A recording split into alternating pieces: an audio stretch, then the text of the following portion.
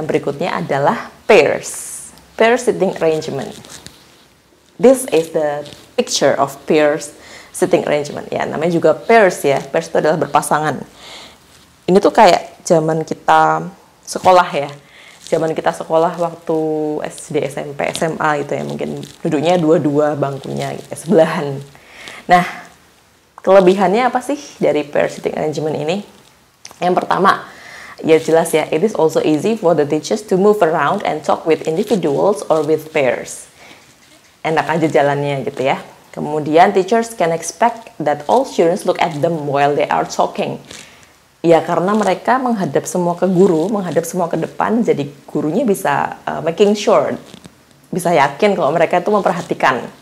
Terus yang berikutnya, since the teacher can see all the students' faces, they can more readily monitor behavior and understanding.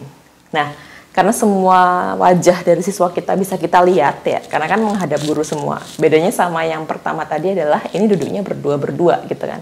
Jadi kita bisa memastikan bahwa mereka udah paham, oh ini anak kayaknya dari wajahnya nampak bingung misalnya, seperti itu.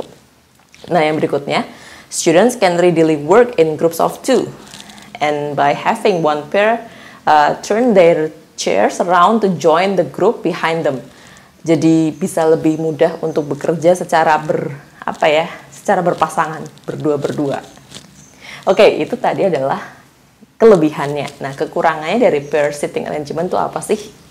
Oke, kekurangannya dari pair sitting arrangement ini adalah kalau satu student itu sedang fokus banget gitu ya, teman sebelahnya jangan-jangan mengganggu dia gitu kan ya. So when students are doing individual work, sedang fokus dengan tugas individu, at their seats, a partner may distract them gitu. Jadi teman sebangkunya jangan-jangan ganggu dia misalnya. Atau yang kedua adalah students cannot see each other during group discussion. Sama kayak tadi yang pertama ya. Sama kayak yang tradisional tadi kan dia harus balik kursinya biar bisa melihat wajah teman kalau berkelompok kayak gitu kan ya. Kemudian students in the back cannot hear the students in the front gitu kan. Sama seperti yang tadi tradisional tadi, kekurangannya.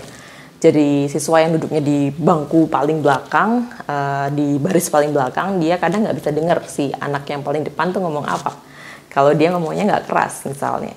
Nah, oke, itu yang pairs. Nah, sekarang kita yang terakhir, bentuk tata letak bangku siswa yang terakhir, yaitu U-shaped sitting arrangement. Ini ya, gambarnya ini adalah U-shaped gitu ya. Namanya juga U gitu kan ya. U berarti kan bentuk letter U gitu kan. Kita biasanya menyebutnya bentuk letter U. Bentuknya kayak gini nih, letter U. Terus kemudian kelebihan sama kekurangannya apa, Miss? Oke. Kelebihannya adalah ini yang pertama. All students can see the center of the room, which makes it easy for the teacher to maintain attention while teaching.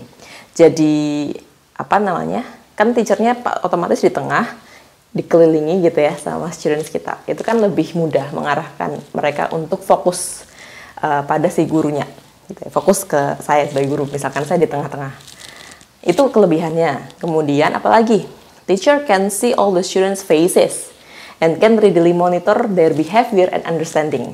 Jadi karena muterin gitu ya, jadi guru kan bisa melihat semua wajah siswa dan bisa memaintain apakah mereka udah paham atau belum. Terus mereka ribut sendiri atau enggak. Oh ini si A mainan HP atau enggak misalnya.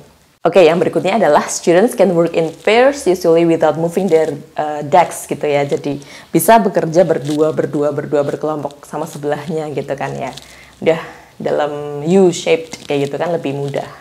Terus kemudian yang berikutnya, kelebihan yang berikutnya adalah most students can look at the person who is speaking, which encourages them to talk directly with each other during discussions.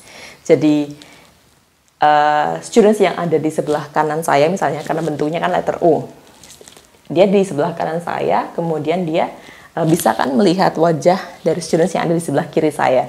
Jadi karena mereka bisa melihat wajah masing-masing, itu akan lebih membuat mereka semangat nih untuk bisa aktif diskusi sama temannya gitu. Oke, itu adalah kelebihannya. Kekurangannya ada 3 nih. Yang pertama, the arrangement can often be crowded. Ya, kadang tuh crowded banget gitu ya, harus karena itu kan bukan kelompok kecil, tapi adalah aktivitinya adalah sekelas gitu ya. Kalau misalkan dalam satu kelas ada 20 atau 30 siswa, itu kan berarti lingkarannya gede banget tuh. U-shaped-nya gede banget gitu kan. Nah, itu kan sangat crowded ya, misalnya. Nah, yang kedua, when students are doing individual work at their seats, they may be distracted by someone sitting on the other side of them. Jadi sama kayak yang pairs tadi ya, kalau lagi ngerjain individual work, ya kan sebelahnya ada orang, sebelah kanannya ada orang, sebelah kirinya ada orang gitu kan, jadi keganggu gitu. Terus, work in small groups is difficult. Ya harus mindahin meja kursi tadi kalau harus bekerja dalam kelompok kecil gitu ya, karena kan itu bentuknya U-shaped. Oke, itu adalah kekurangannya U-shaped.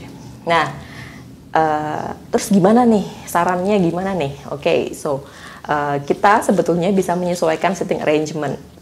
Kita bisa menyesuaikan seating arrangement. Ada beberapa hal yang perlu kita perhatikan. Yang pertama adalah based on the student's needs. Jadi kebutuhan siswa kita tuh kayak gimana sih, kayak gitu.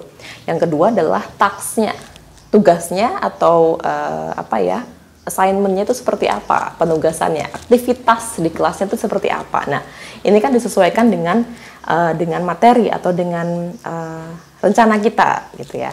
Jadi kalau misalkan memang kita berencana untuk hari itu kita minta mereka bekerja dalam kelompok kecil, ya sudah, kita pakai yang clusters misalnya. Tapi kalau hari ini adalah misalnya agendanya ujian atau ulangan harian kayak gitu ya.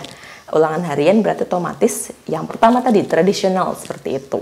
Atau hari ini aktivitiesnya adalah kegiatan atau aktivitas atau kegiatannya adalah satu kelas kayak gitu ya. Jadi bukan kelompok kecil tapi satu kelas, whole class activity misalnya.